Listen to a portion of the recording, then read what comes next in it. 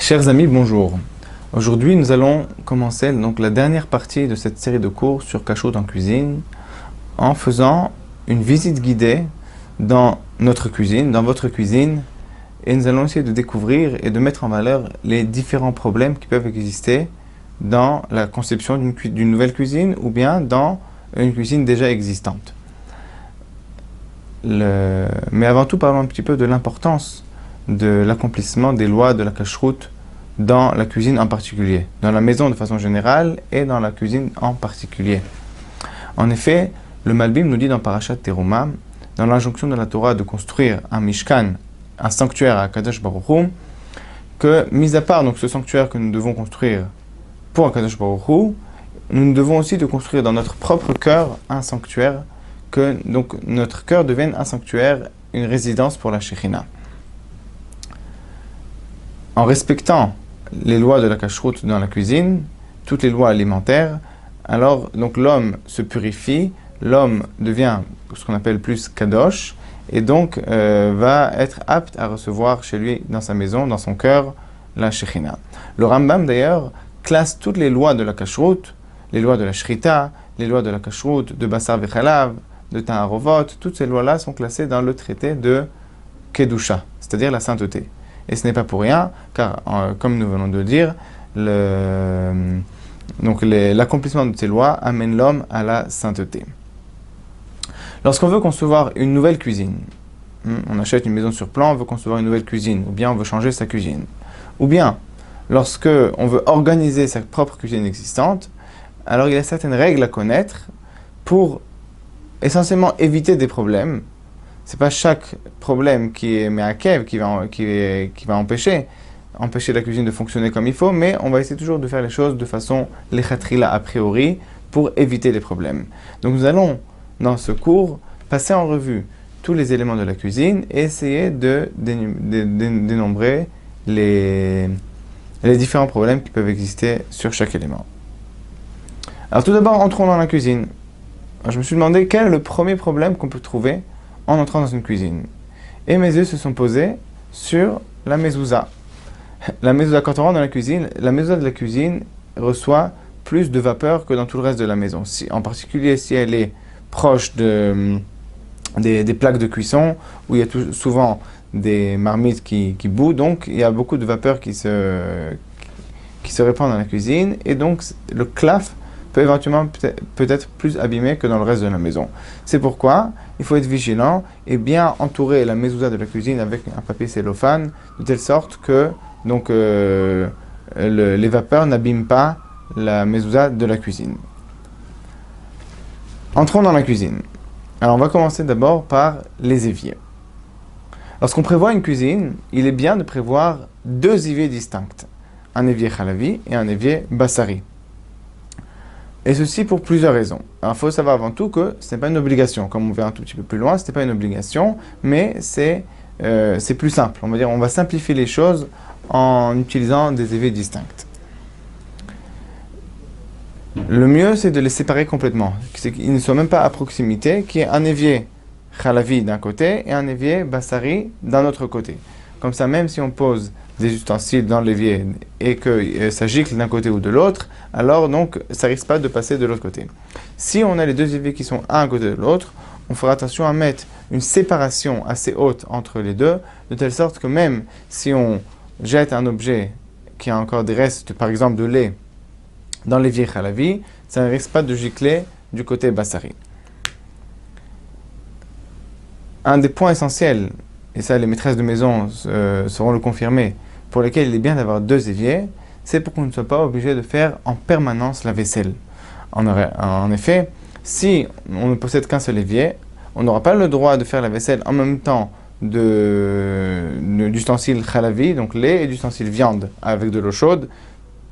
Ça pourrait poser problème.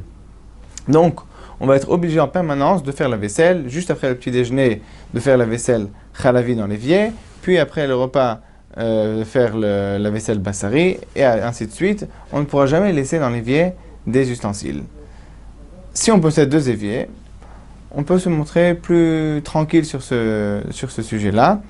Et on peut laisser traîner, mais sans trop laisser traîner, bien évidemment. Donc ça, c'est dans le cas où on dispose de 2 éviers, on évite tous les problèmes. Maintenant, que va-t-il se passer dans le cas où on ne dispose pas de 2 éviers? On habite dans un appartement où il y a déjà une cuisine existante et on n'a pas installé 2 éviers dans cette cuisine. Alors, il y a plusieurs dispositions à prendre. Encore une fois, ce ne sont pas des choses qui sont me'akev, des choses qui empêchent une cuisine de fonctionner, mais c'est des mesures à prendre, un pli à prendre pour l'utilisation de la cuisine. Première chose à faire, c'est ne jamais laver en même temps des ustensiles de lait et des ustensiles de viande. Deuxième mesure à prendre, c'est disposer au fond de l'évier une grille en plastique, une pour le lait et une pour la viande, de telle sorte que les ustensiles ne touchent pas le fond de l'évier, car le fond de l'évier est souvent imbibé. On avait déjà vu le shiur sur les bliotes. Si on verse donc un jus de viande chaud, par exemple, dans l'évier, le fond de l'évier va être imbibé, va être imprégné de jus de viande. Si après on renverse du lait brûlant dans cet évier, il va être de nouveau imprégné de lait brûlant. Donc il va avoir du bassa vechalav, donc il va devenir taref. En tant que tel, ce n'est pas un problème, puisqu'on ne mange pas les éviers. Mais par contre, après, si on met des ustensiles, donc de lait ou de viande, directement sur le fond de l'évier, avec de l'eau chaude, il peut avoir des bliotes qui passent, et ça, donc, on va l'éviter. C'est pourquoi on va toujours soit faire la vaisselle dans une bassine spécifique pour le lait, une bassine spécifique pour la viande, soit installer au fond de l'évier une sorte de fond d'évier, ce qu'on appelle un fond d'évier en plastique, une sorte de réchette en plastique, qui va donc éviter aux ustensiles de toucher le fond de l'évier. Autre recommandation, mais ce n'est pas une obligation, c'est de ne pas utiliser de l'eau brûlante, c'est-à-dire de l'eau qui fait plus que 45 degrés. Yad Soledetbo, 45 degrés. En dessous de 45 degrés, l'eau est considérée comme froide au niveau halachique, même si c'est chaud, mais c'est considéré comme froid. Et donc, du coup, il n'y a pas de bliote qui passe. Donc, si on prend l'habitude de ne pas utiliser d'eau chaude, alors, dans l'absolu, on pourrait même laver ensemble des ustensiles de lait ou de viande. C'est une mauvaise habitude, parce qu'on risque des fois de se tromper et d'utiliser avec de l'eau chaude. Mais c'est une bonne habitude à prendre à utiliser de l'eau de moins de 45 degrés, et surtout aussi qu'on ne va pas se brûler les mains. Il faut aussi faire attention que le siphon ne soit pas bouché. Si on a un seul évier avec un siphon, si le siphon se bouche, alors il peut avoir des remontées d'égout, comme on dit, et donc avec des résidus de lait ou de viande qui vont remonter. Et ils ne sont pas toujours pagoum, ils ne sont pas toujours abîmés, et donc il pourrait, si on verse de l'eau brûlante, interdire des ustensiles de lait ou de viande. Donc, voilà, donc ça, ce sont les mesures à prendre, les mesures nécessaires à prendre lorsqu'on ne possède qu'un seul évier. Quel sera le din si on s'est trompé d'éponge? Alors, j'ai oublié de dire, il faut aussi posséder 2 éponges. Une éponge pour le halavi, une éponge pour le bassari. Maintenant, que se passera-t-il si on s'est trompé d'éponge et on a frotté un ustensile halavi avec une éponge bassari ou inversement? Alors, le din est que tout reste permis. Pour 2 raisons. Donc, l'ustensile et l'éponge restent permis. Pour 2 raisons. D'abord, l'eau de la vaisselle, en général, n'est pas chaude à 45 degrés. 45 degrés, c'est déjà assez chaud, on se brûle les mains. Donc, on a l'habitude de faire la vaisselle, en général, à moins de 45 degrés. Et en plus, le détergent abîme le goût. Donc, il n'y aura pas de pénétration de goût, de bon goût, on va dire, dans l'ustensile de l'espèce inverse. Donc, même si on a frotté, sans faire exprès, une tasse halavi avec l'éponge bassari, avec de l'eau chaude mais qui n'est pas brûlante, alors on pourra permettre. Il faudra simplement laver consciencieusement l'éponge à l'eau froide ou à l'eau tiède, et donc qu'il n'y ait pas de reste de résidus alimentaires sur l'éponge elle-même. Pour ce qui en est de la cachérisation des éviers, alors on va distinguer entre 2 sortes d'éviers. Il y a les éviers en émail et les éviers en inox. Les éviers en inox, c'est le plus simple. Et donc, comme ils sont en inox, il suffira de verser de l'eau brûlante dessus, ce qu'on appelle le hirouille. On versera de l'eau brûlante et on pourra les cachériser, que ce soit pour Pessah ou que ce soit pour passer du lait à viande à lait, si le besoin se présente. Pour ce qui est des éviers en émail, alors là, il y a une marloquette, une controverse entre les poskim séfaradim et ashkenazim. Les séfaradim disent qu'il faut bien nettoyer l'évier en émail qu'il n'y ait plus aucun résidu visible à l'œil nu, et après verser de l'eau brûlante dessus. Et les Ashkenazim, eux, disent que non, l'émail c'est quelque chose qu'on ne peut pas cachériser, et donc ça a le digne du kli cheres, un ustensile en argile, un ustensile en terre cuite qui ne peut pas être cachérisé, et donc il sera considéré soit comme chalavi, soit comme basari, soit si les deux ont été mélangés comme taref. Tout le monde est d'accord que si pendant 12 mois consécutifs, on n'a pas utilisé cet évier, alors il sera cachérisable et on pourra verser de l'eau chaude dessus, même selon les décisionnaires ashkénazes. Alors une fois qu'on a vu les éviers, on va regarder quels seront les problèmes sur les plans de travail. Alors donc le plan de travail, il est bon de séparer le plan de travail en deux parties. Une partie pour le lait et une partie pour la viande. On a toujours l'habitude de poser des marmites brûlantes sur le plan de travail, et donc il peut éventuellement, je ne dis pas à tous les coups, mais il peut avoir des bliotes, du jus ou du lait qui va être imprégné dans le plan de travail. Si on ne possède qu'un seul plan de travail, qu'on ne peut pas le séparer en deux parties, par exemple qu'il est petit, par exemple que ça ne se présente pas pour une raison ou une autre, alors dans ce cas-là, il faudra décider, depuis le départ, il faudra le réserver soit pour le lait, soit pour la viande, soit chalavi, soit bassari. Pour l'autre espèce, alors on posera dessus, il existe de nos jours des plans PVC qu'on peut poser dessus sur le plan de travail, ou bien en bois, on posera quelque chose dessus pour pouvoir poser les ustensiles et les marmites de l'autre espèce. Mais en tout cas, le plan de travail lui-même, ce qu'on appelle en hébreu le shaïch, le marbre. Le marbre n'est pas... On ne peut pas s'amuser à le cachériser tout le temps du lait à de la viande, donc il faudra décider depuis le départ pour quelle espèce on va l'utiliser. Si maintenant, par inadvertance, on a posé une marmite brûlante bassari sur le plan de travail chalavi, quel sera le din? Quelle va être la halakha? Alors, on va distinguer en différents cas. Si le plan de travail était sec et la marmite était chaude mais sèche. Donc, on a déjà dit plusieurs fois dans les cours précédents qu'il n'y a aucun passage de bliote entre deux éléments qui ne sont pas des aliments, deux éléments secs. Par exemple, deux marmites entre elles, ou bien une marmite et le sol, une marmite et une table. Il n'y a pas de passage de bliote si tout est sec. Il faut un liquide pour que les bliotes puissent passer. Donc, dans ce cas-là, rien ne s'est passé. On a posé une marmite viande sur le plan lait, et il n'y a rien qui a été imbibé, imprégné, tout reste permis. Par contre, si le plan de travail lait était... Donc il y avait dessus du lait. Il y avait du lait qui a été renversé auparavant, du lait froid. Et qu'on va poser dessus une marmite pleine de viande donc sur ce lait-là. Alors là, donc là, quel va être le din? Si... Donc le plan de travail et la marmite devront être cachérisés, mais la nourriture reste permise. Pourquoi?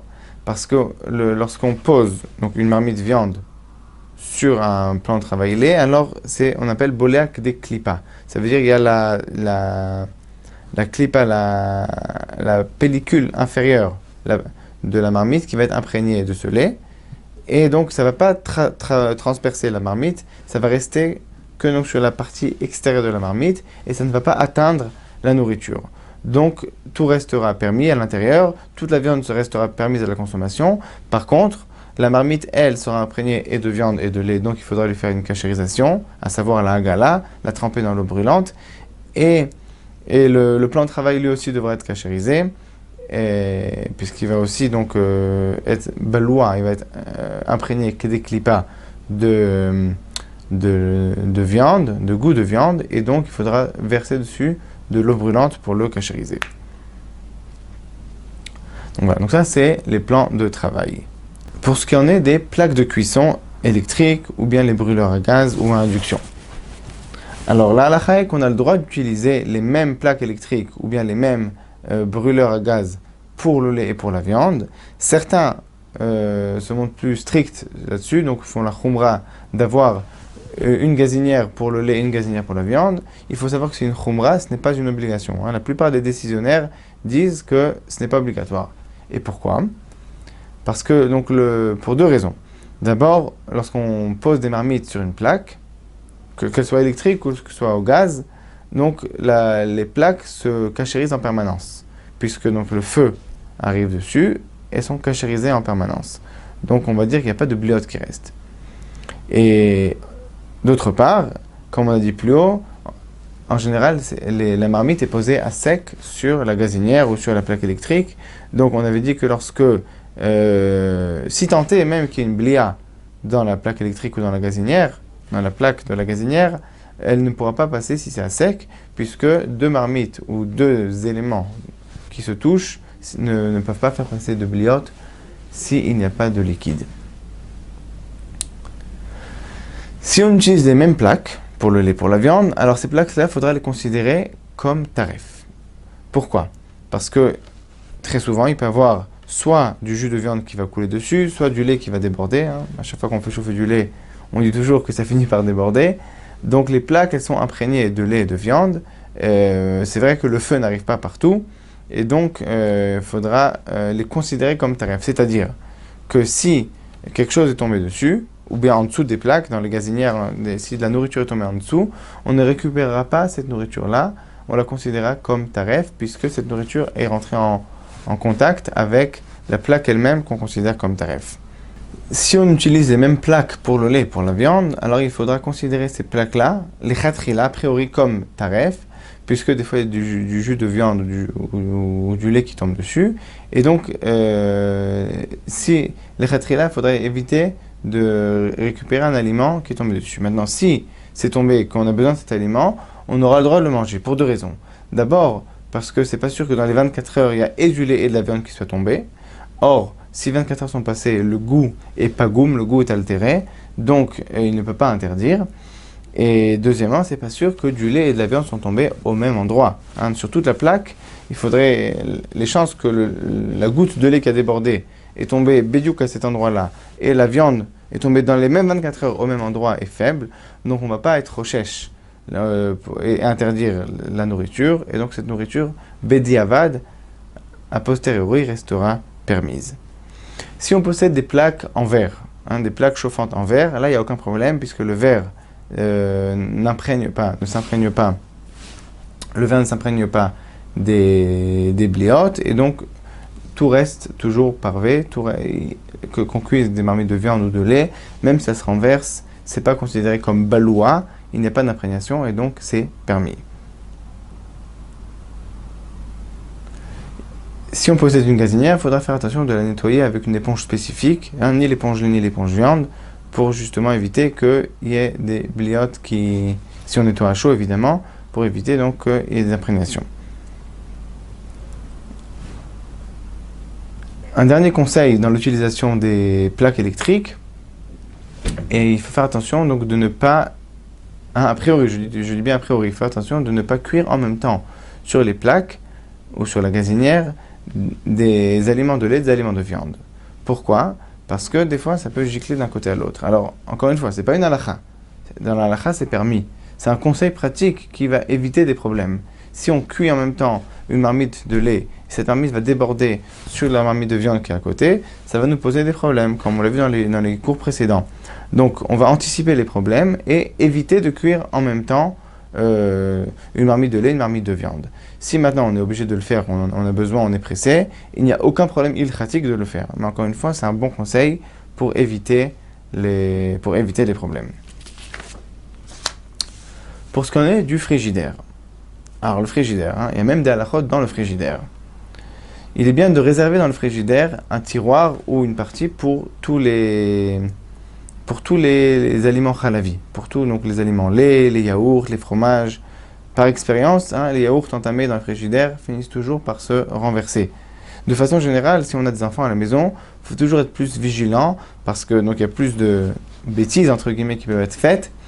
Et donc un yaourt peut être renversé par inadvertance sur le beau morceau de viande qui est 2 étagères plus bas.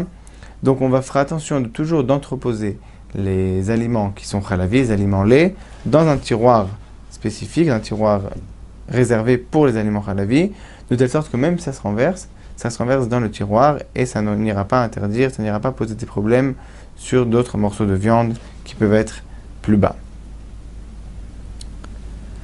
Il est bien aussi, pour la même raison, de s'habituer à recouvrir dans le frigidaire tout ce qu'on stocke dans le frigidaire. Un, pour ne pas que ça prenne ce qu'on appelle le goût du frigidaire. Ça, les maîtresses de maison sont très sensibles à ça. Mais deux, aussi pour ne pas qu'il y ait des accidents qui arrivent et que donc, du jus de viande se renverse sur même un aliment parvé qui deviendra viande en conséquence.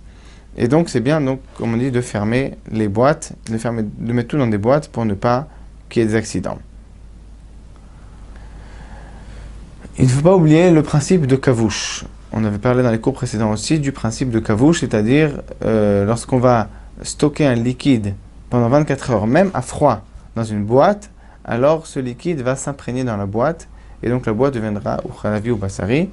Et donc des fois, même dans le frigidaire, on stocke des liquides à l'intérieur pendant plusieurs jours. Il faudra se rappeler que cette boîte, maintenant, est de l'espèce de son contenu. Un dernier point sur le frigidaire, c'est de faire attention à l'ouverture pendant Shabbat. Alors, les frigidaires, en particulier les frigidaires digitaux, posent de plus en plus de problèmes. Certains font fonctionner toutes sortes de compteurs d'ouverture et donc posent des problèmes pour le Shabbat. Et d'autres allument des lumières qui sont difficiles à gérer pendant Shabbat. Donc, avant d'acheter un frigidaire, en particulier un frigidaire moderne, il faut prendre conseil avec un rav compétent, une autorité rabbinique. Et il faut juste être conscient aussi que le vendeur dans le magasin reste un conseiller technique et non pas une autorité rabbinique. Si le vendeur vous dit « il n'y a aucun problème pour le Shabbat », il faut lui demander d'où il le sait. Est-ce qu'il a une askama? Est-ce qu'il a un papier qui lui dit comme quoi un technicien et un rav ont vu ce frigidaire et ont donné leur OK pour vendre ce frigidaire par rapport au problème du Shabbat. Donc il faudra juste être vigilant et prudent lorsqu'on achète un nouveau frigidaire à ce qu'il n'y ait pas de problème au niveau du Shabbat.